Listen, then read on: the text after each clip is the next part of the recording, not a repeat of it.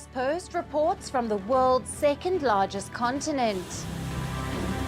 Hello, I'm Alison Lagrange. A very warm welcome from Durban, South Africa. We get you the news and the newsmakers from Africa. From elections to climate change to innovations and opportunities. As the world's attention shifts, we report from Africa, the heart of the global south. Join me every weekday live on Firstpost.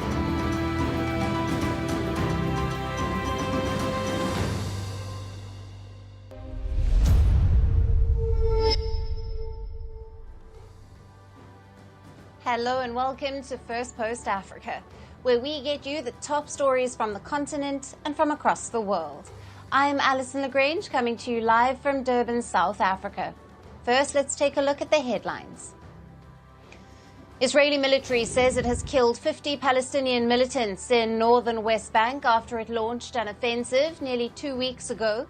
The military says it will continue the operation for several more weeks. A bomb tears through the lobby of a luxury apartment in Moscow, killing at least one and injuring 4 others. Russian authorities call the attack an assassination attempt targeting a pro-Russian parliamentary leader from eastern Ukraine. Belgium's new government installs a new prime minister as 5 parties agree to form a coalition almost 8 months after the election was won by the conservative N18G party, whose leader Bart de Wever was sworn in as the new prime minister. Gunmen suspected of belonging to the al-Qaeda-linked al-Shabaab group reportedly abducted 5 government officials in northeast Kenya who were on their way to work.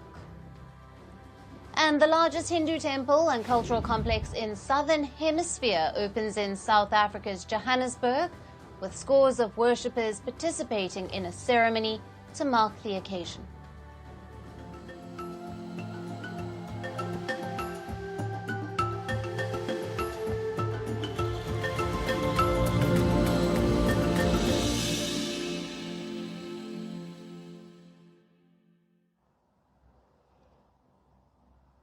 Hello and welcome.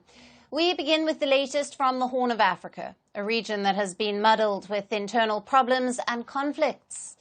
Now, President Donald Trump has said that the U.S. military has conducted an airstrike in Somalia, targeting a senior Islamic State attack planner and other members of the terrorist group.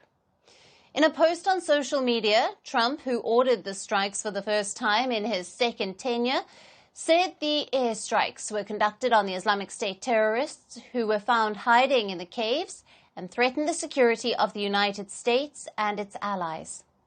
He said that many terrorists were killed in the airstrikes, but no civilians were harmed. Trump further warned the Islamic State that anyone who was thinking of attacking America would be found and killed. However, President Trump did not name the senior Islamic State terrorist.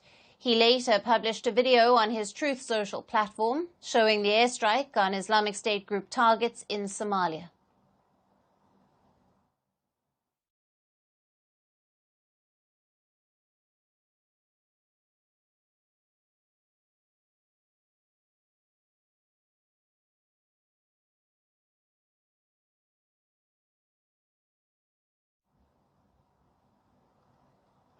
The airstrikes by the U.S. were reportedly carried out in the Golis Mountains, located in the northern part of the Horn of Africa country.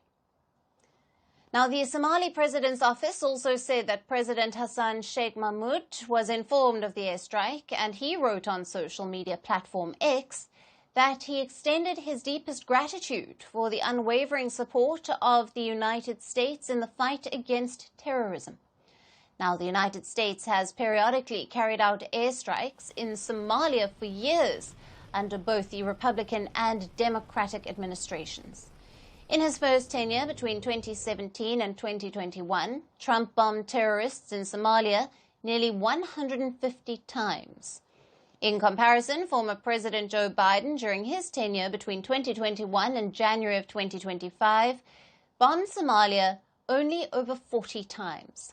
Now, the airstrikes come at a time when Somalia has endured decades of civil war, frequent climate disasters and jihadist violence from al-Shabaab and the Islamic State. For context, the Islamic State has a relatively smaller presence in Somalia compared to the al-Shabaab terrorists. The group was officially recognized as the Somali province of Islamic State in 2017 and has been based in the mountainous areas of the Puntland region. In recent years, the Somali franchise of the Islamic State has refashioned itself as an important part of the jihadist group's worldwide network and has launched several attacks on security forces and business centers in Somalia. To counter the growing threats from the Islamic State, Somali forces and regional forces in the Puntland state have launched several military offensives in recent months. Puntland security forces have reportedly been advancing on Islamic State hideouts in the region and have even captured several important locations. Puntland has managed to stop IS from coming out the hills and infiltrating into the locals. And now Puntland is fighting IS in the hills. The federals should bring the equipment given to Somalia. And we urge the international community is to participate in this global war also by providing us with equipment. Moreover, the U.S. strikes also come as Somaliland, Somalia's breakaway region, offers a military base to the United States in exchange for international recognition. The U.S. currently has a base only in Beodogle, which is roughly 90 kilometers from Somalia's capital of Mogadishu. It signed a memorandum of understanding with the government of Somalia last year to construct up to 5 military bases for the Horn of Africa country's national army. So as President Trump bombs terrorists in Somalia, just over 2 weeks in office, does this signal what the White House will be prioritizing in Africa in the coming days? Now, to discuss this further, we have with us Dr. Oluwale Ojewale, the Regional Coordinator for Central Africa at the Institute for Security Studies in Dakar, Senegal. Thank you for being with us. Thank you for having me. Now, Doctor, how significant is the threat posed by the IS cells in Somalia? And do these airstrikes have the potential to weaken their operational capabilities in the region? Thank you once again. I follow closely some of the initial data that you presented, and it shows that the United States government has been involved in these kinetic operations for more than 5 years now. And if there's any lesson that we've learned, even though we stay optimistic, is the fact that decapitation of the terrorist leaders has never emerged or served the purpose of permanent solution to the issues of terrorist threats in any country or in any state. So while we can stay hopeful, like the president has acknowledged and praised American exceptionalism, particularly with respect to the recent strike, I think the larger picture is how to foster the whole of a society approach to be able to bring the threat of terrorism to the barest minimum in the region. And you ask the critical question that is this going to be the focus of the United States government in Africa? You know, we're talking about so many things. We're talking about issues that provide the fertile ground for the recruitment of people into terrorist cells in the first place.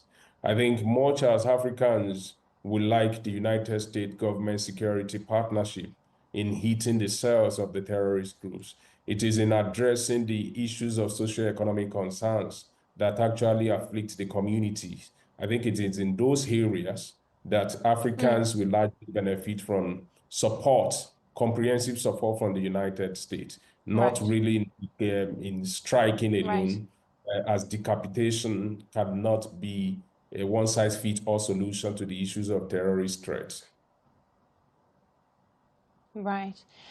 And given Trump's decision to launch airstrikes, how might this affect U.S.-Africa relations, particularly with the Somali government and other regional powers engaged in the counter-terrorism efforts? Well, I think we can view it from a positive note because the African states that are in the throes of terrorist threat are battling with multi-layer, complex security challenges in which they will definitely rely on the United States government as a very veritable ally to be able to support that effort. But much more than that is the fact that as long as those airstrikes are carried out with the support of the local state organs, or like in the case of Somalia, the president has come out outrightly to say he was duly informed and then praising U.S. government support in that regard. I think we can't really expect any backlash. And to the extent that conflicts on the soil of Africa do not degenerate to outright invasion, like what we have seen in Libya or seen in other parts of the continent, or if the African government, the African state are not caught up in the ongoing geopolitical rivalries, great power competition in which the countries can become the ground for fighting proxy battle, I think there is really nothing serious to be concerned about as long as such operations are carried out with the local support from the national government in those countries. We do not really have so much to worry about. Right. And Doctor, the U.S. military officials have expressed concerns about IS growing influence in Africa. Could these airstrikes deter IS recruitment and expansion, or might they risk further radicalization and strengthening of these extremist networks? No, I don't think this kind of strike is going to probably eradicate have any significant impact on the recruitment. Recruitment is a function of underlying economic vulnerabilities, social vulnerabilities in those countries that make the youth susceptible to recruitment by the terrorist groups. So what this is trying to do, such strike, is to probably teach or affect or influence the leadership control of those Islamic State leaders in those places. The issues that actually feed the recruitment needs to be addressed, and that can only be addressed. Let me also say, even though this is probably not directly linked to your question, at the time that the U.S. is taking is trying to retreat from global leadership engagement, foreign assistance, I think those fault lines can only be widened, fault lines of vulnerability in terms of the economic support that the interventions, the non-kinetic interventions that the U.S. government has been providing on the continent, but the cutting away of the foreign assistance to African countries, I think it can only exacerbate the existing condition, except we have a reasonable, measured, and proactive leadership on the African continent who are able to rise up to the occasion and fill the void that these U.S. retreats globally or in Africa is going to cause. It's not only going to affect counter-terrorism efforts, it's also going to affect other areas in terms of socio-economic investment, in education, in public health, and other areas of human endeavors on the continent. I think this should be, we should get worried about. Not necessarily that America is not carrying out precision strike on our soil. Right. Doctor, thank you very much for being with us on First Post Africa. It's always great to speak with you. Thank you so much for having me once again.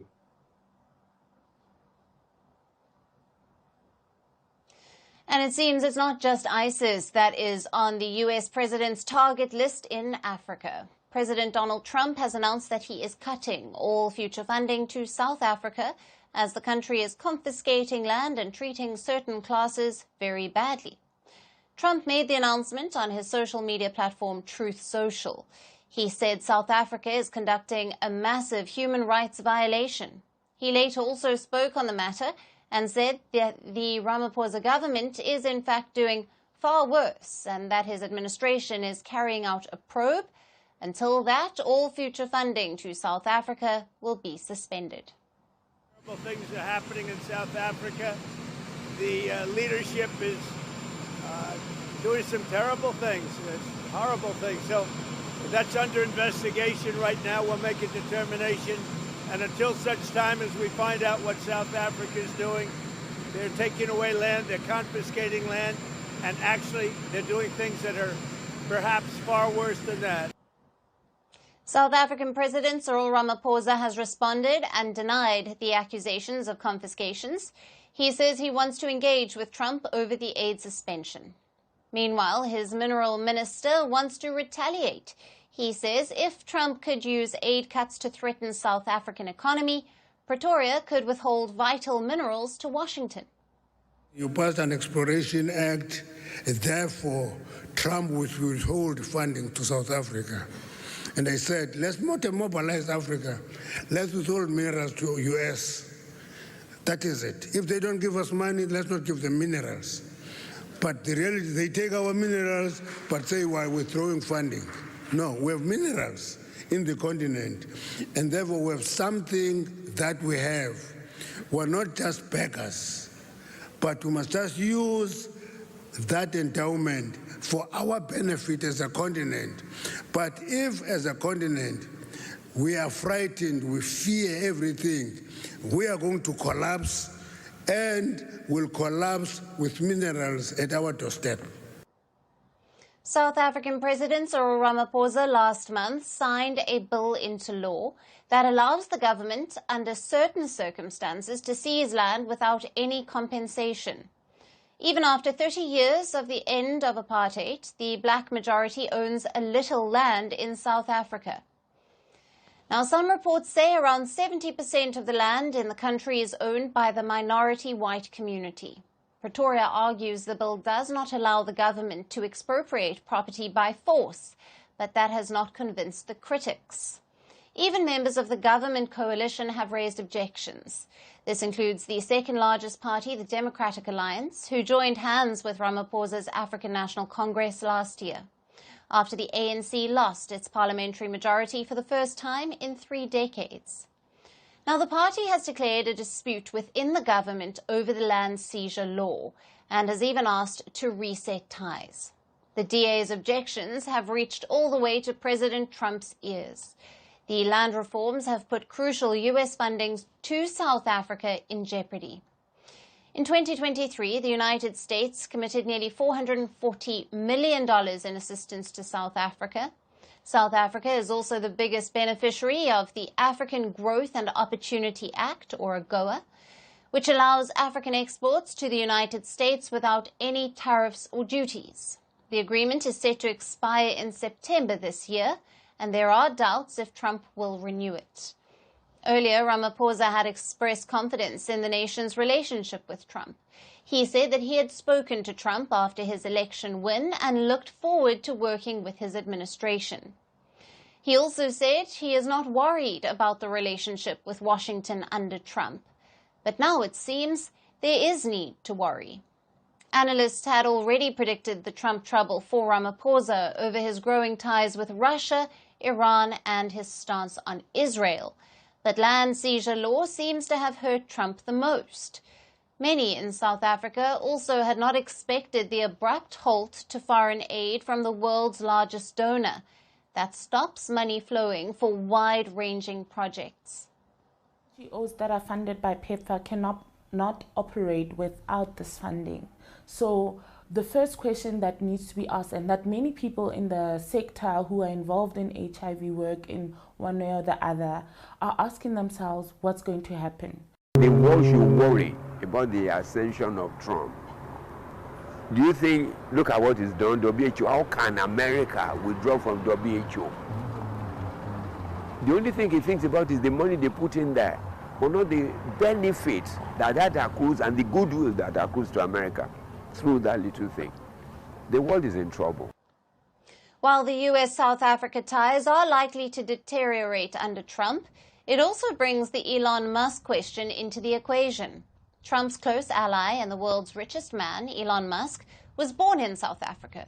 Many saw it as a golden opportunity for the country to strengthen partnership with the U.S. The SpaceX and Tesla CEO is reportedly in discussions with South Africa over a potential agreement that could bring Starlink satellite internet services to the country. However, Trump's move could be a hurdle. Now, Elon Musk has slammed Ramaphosa for his land ownership reforms. In the past, he also criticized Ramaphosa's government for the perceived threats to white farmers.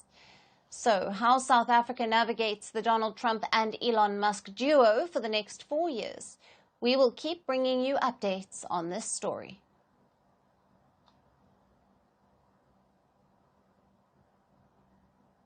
Shifting focus to the situation in the DRC. Congolese troops, along with allied foreign troops, continue to fight Rwanda-backed M23 rebels, who are advancing beyond Goma, the largest city captured in the mineral-rich east. Over 700 people have been killed in less than a week of fighting in the DRC, as per the United Nations. The Rwanda-backed armed group M23 has vowed to march on the capital Kinshasa after capturing Goma. Now, DRC authorities have declared the city of Beni as the capital of North Kivu province after the fall of Goma.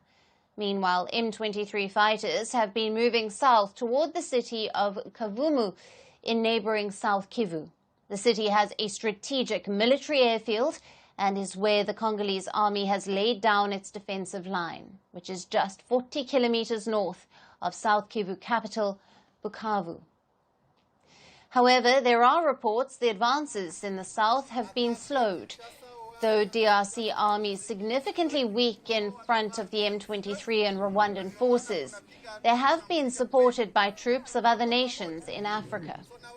Many foreign mercenaries hired by the DRC government have been defeated and returned home, but many soldiers, part of the peacekeeping missions, are staying on the ground. At least 20 of them have died. The latest include 2 Tanzanian soldiers. South Africa has suffered the most losses, with 13 of their soldiers killed in the clashes. This has escalated South Africa-Rwanda tensions, with Pretoria warning that more of its casualties will be seen as a declaration of war. Meanwhile, tensions between Rwanda and Burundi are also escalating. Rwanda has accused Burundian forces, who had been more engaged in fighting against the M23.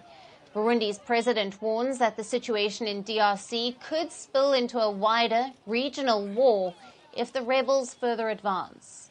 Burundi had deployed around 10,000 troops in the east of the DRC as part of the East African Community Force, supporting the Congolese military. While the situation remains tense on the ground, multiple diplomatic efforts have emerged, aiming to prevent the crisis from escalating. Members of the Southern African bloc have pledged unwavering support to the DRC after holding an emergency summit in Zimbabwe. There have been calls for a joint summit of Southern African bloc, SADC, and the 8-country East African community. Rwanda has also welcomed this proposal. However, it continues to face international pressure to withdraw its support to the M23. The Rwanda-backed rebels had captured Goma in 2012 as well, before being defeated by the army. However, this time they are keen to show that they can also govern the city, in a stark contrast to the last time.